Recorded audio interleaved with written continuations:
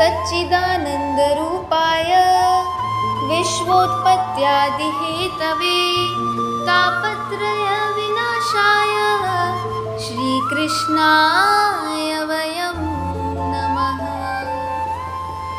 श्रीमद् भागवत महापुराण तीसरा अध्याय श्रीमद् भागवत सप्ताह ज्ञान यज्ञ की विधि। नारद जी के प्रश्न के उत्तर में श्री सनत कुमार जी ने कहा, नारद, तुमने बहुत अच्छी बात पूछी है। अपने प्रश्न का उत्तर ध्यान देकर सुनो। हरिद्वार में देव नदी गंगा के किनारे इस यज्ञ को करने के लिए अच्छा स्थान है। वहाँ पर बने वृक्षों की छाया में बहुत से ऋषि मुनि निवास करते हैं। उन्हें ज्ञान यज्ञ में बहुत आनंद आता है। वे चाहते हैं कि वहाँ इस प्रकार के ज्ञान यज्ञ होते रहें। वहाँ जब तुम इस भागवत कथा यज्ञ को करोगे तो ज्ञान और वैराग्य युवा होकर जाग उठेंगे और भक्ति का दुख पूरी तरह शांत हो जाएगा। नारद जी बोले, महाराज, कृपा करके आप भी मेरे साथ वहाँ चलिए, क्योंकि बिना आपकी उपस्थिति के यह यज्ञ नहीं हो सकता। नारद जी की बात से सहमत होकर वे चारों भाई नारद जी के साथ चलकर बद्रिकाश्रम से हरिद्वार में गंगा के किनारे पहुँच गए। वहाँ पर रह रहे ऋषि मुनियों से उन्होंने कहा कि हम यहाँ पर भागवत कथा ज्ञान यज्ञ करेंगे। जिन्हें ये कथा रूपी अमृत पीना हो वे उपस्थित रहें। उनकी इस घोषणा को सुनकर भृगु, वशिष्ठ, चयवन, मेधातिथि, गौतम, परशुराम, विश्वामित्र, मार्कंडेय, वेदव्यास एवं पराशर आदि ऋषि मुनि उस तीर्थ पर इकट्ठे हो गए। साथ ही गंगा आदि नदियाँ, गंधर्व, किन्नर, यक्ष एवं नाग आदि 14 भुवनों के लोग इस कथा रूपी अमृत को पीने के लिए उस ज्ञान यज्ञ में उपस्थित हो गए। सभी को नारद जी ने सम्मान एवं आदर के साथ बिठाया। तब सभी साधु संतों, वैष्णव जनों एवं महापुरुषों ने शंख ध्वनि के साथ जय जयकार किया। देवता लोग भी अपने अपने विमानों पर चढ़कर वहां आ पहुंचे और ज्ञान रूप यज्ञ पर फूल बरसाने लगे। नारद जी ने देखा कि सभी श्रोता एकाग्र मन से कथा सुनने के लिए बैठ गए हैं तो उन्हें प्रसन्नता हुई। सनत कुमार जी ने कहा, नारद, हम तुम्हें वह कथा सुनाते हैं जो सुखदेव जी ने राजा परीक्षित से कही थी। भागवत की इस कथा से संबंधित 18,000 श्लोक हैं। उनके पढ़ने या सुनने से मुक्ति के साक्षात दर्शन हो जाते हैं। जो फल भागवत की कथा सुनने से मिल जाता है वह अन्य दूसरे पुराणों के सुनने और हजारों अश्वमेध यज्ञ करने से भी नहीं मिल सकता।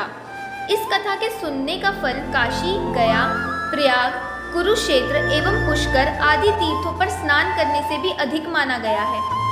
अमृत रूपी भागवत कथा को सुनते ही संसारी लोगों के पाप इस प्रकार भाग जाते हैं जैसे सूर्य निकल आने पर कोहरा भाग जाता है।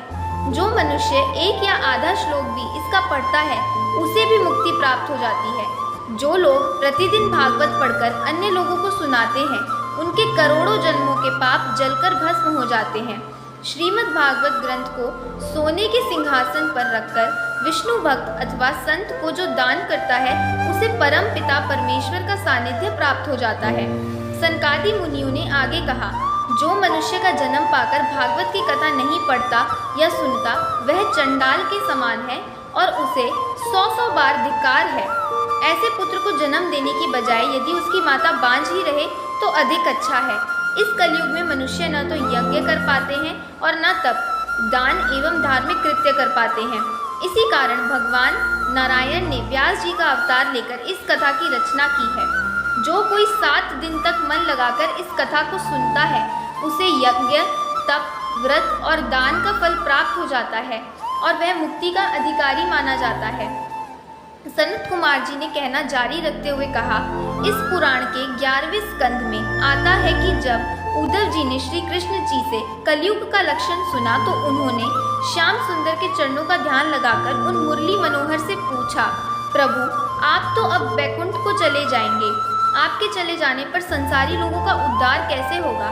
तब तीनों लोकों के स्वामी श्री कृष्ण ने कहा, उद्धव, तुम बद्रिकाश्रम में जाकर तप करो, तुम्हारी मुक्ति हो जाएगी। मेरे चले जाने के बाद मेरी भागवत रूपी मूर्ति संसार में रहेगी। जो मनुष्य भागवत सप्ताह को सच्चे और एकाग्र मन से सुनेगा उसे हृदय से मेरा दर्शन हो जाएगा। भागवत सप्ताह को सुनने से संसारी लोगों के दुख दूर हो जाएंगे। भागवत सप्ताह के अतिरिक्त अन्य कुछ भी आदमी को माया जाल से मुक्त करने में समर्थ नहीं है। जब सनत कुमार जी ने भागवत का सप्ताह पारायण सुनाना शुरू किया और सब सुनने लगे तो अचेत पड़े हुए ज्ञान और वैराग्य तरुण रूप में जाग कर बैठ गए। भक्ति का दुख दूर हो गया। फिर क्या था, श्रोता लोग विभोर होकर गाने लगे, श्री कृष्ण गोविंद हरे मुरारी, हे नाथ नारायण वासुदेव। भक्ति, ज्ञान और वैराग्य का दर्शन हो जाने से उनमें भक्ति उत्पन्न हो गई और कलयुग का दुख दूर हो गया। सभी के मन ज्ञान यज्ञ सप्ताह को सुनकर शुद्ध हो गए और उनके मनों में भक्ति प्रतिष्ठित हो गई। इसी के साथ श्रीमद् भागवत महापुराण का 3रा अध्याय पूर्ण होता है। प्रेम से बोलो राधे राधे। अगर हमारी वीडियो आप लोगों को पसंद आई हो तो चैनल को सब्सक्राइब कीजिए, वीडियो को लाइक कीजिए और कमेंट में राधे राधे अवश्य लिखिए।